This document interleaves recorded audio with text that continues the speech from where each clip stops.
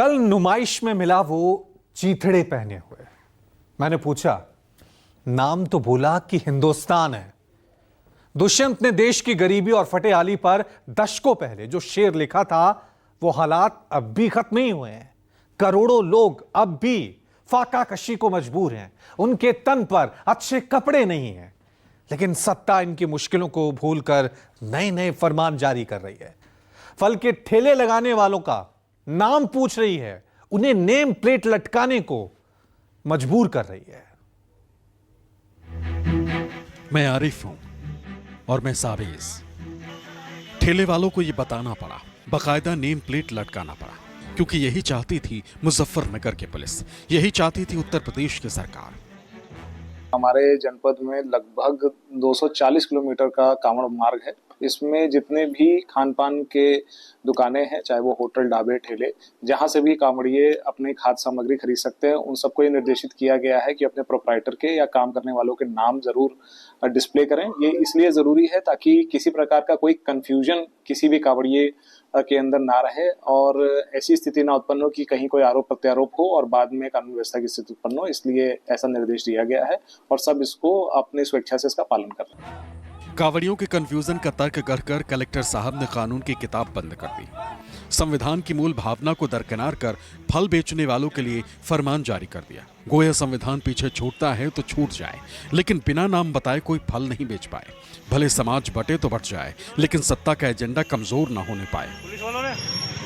समाजवादी के मुखिया अखिलेश यादव को सत्ता के मंशा समझते देर न लगी और उन्होंने पुलिस प्रशासन को आईना दिखा दिया। पुलिस के इस फरमान को सामाजिक अपराध बता दिया, न्याय के मंदिर में बैठे लोगों के संज्ञान में भी ला दिया। और जिसका नाम गुड्डू, मुन्ना, छोटू और फत्ते है, उसके नाम से क्या पता चलेगा? माननीय न्यायालय स्वतः संज्ञान ले और ऐसे प्रशासन के पीछे के शासन तक की मंशा की जांच करवा कर उचित दंडात्मक कार्रवाई करे। ऐसे आदेश सामाजिक अपराध हैं जो सौहार्द के शांतिपूर्ण वातावरण को बिगाड़ना चाहते हैं।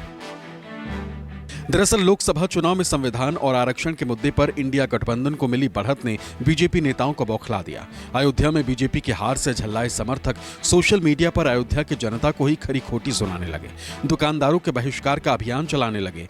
ऐसा लगा मानो जनता ने बीजेपी को वोट न देकर कोई ऐसा गुनाह कर दिया हो जिसकी सजा सामाजिक बहिष्कार से कम नहीं हो सकती। और अगर सत्ताधारी पार्टी को यह गुनाह लगता है तो उन्हें सजा मिलनी ही चाहिए, भले ही कानून की किताब में ऐसा ना लिखा हो, देश के संविधान में इसका कोई जिक्र ना हो। मुजफ्फरनगर पुलिस के इस फरमान पर कांग्रेस ने भी तलखी दिखाई।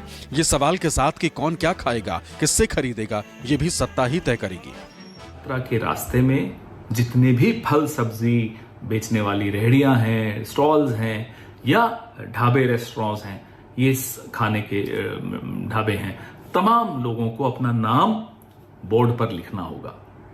इसके पीछे की मंशा बड़ी स्पष्ट है, आप समझ गए होंगे।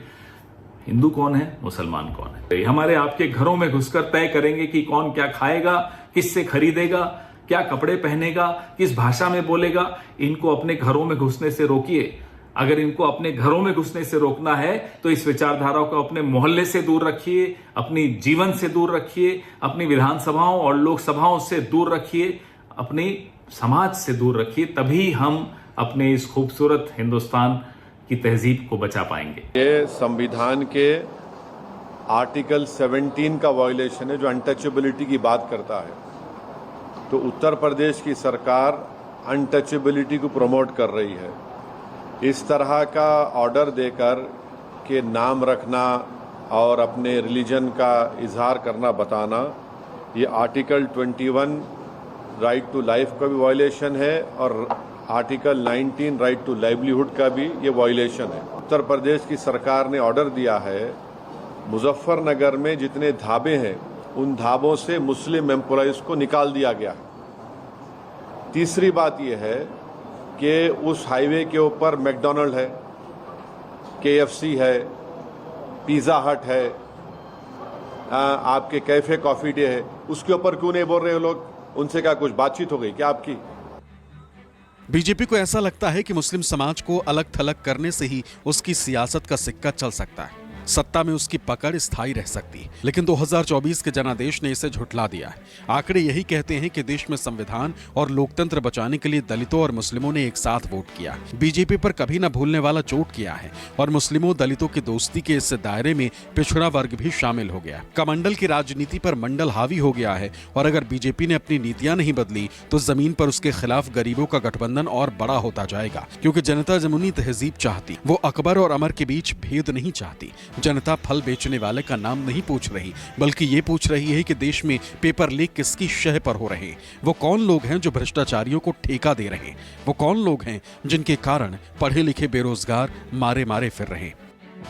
Bureau report, news 24।